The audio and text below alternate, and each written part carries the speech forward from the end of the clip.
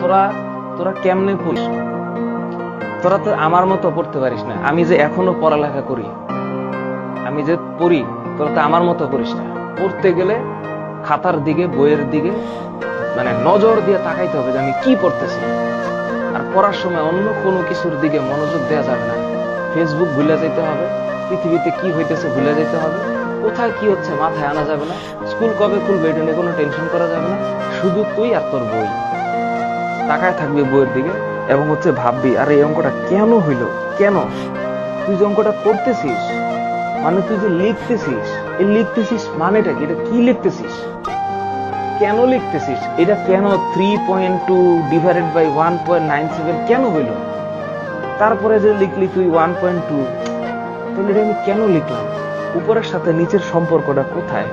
আচ্ছা, তাহলে এই রকমের আরেকটা ম্যাথ যদি আমাকে দেয়, আমি এটার সাথে এটাকে মিলাইতে পারবো কিনা?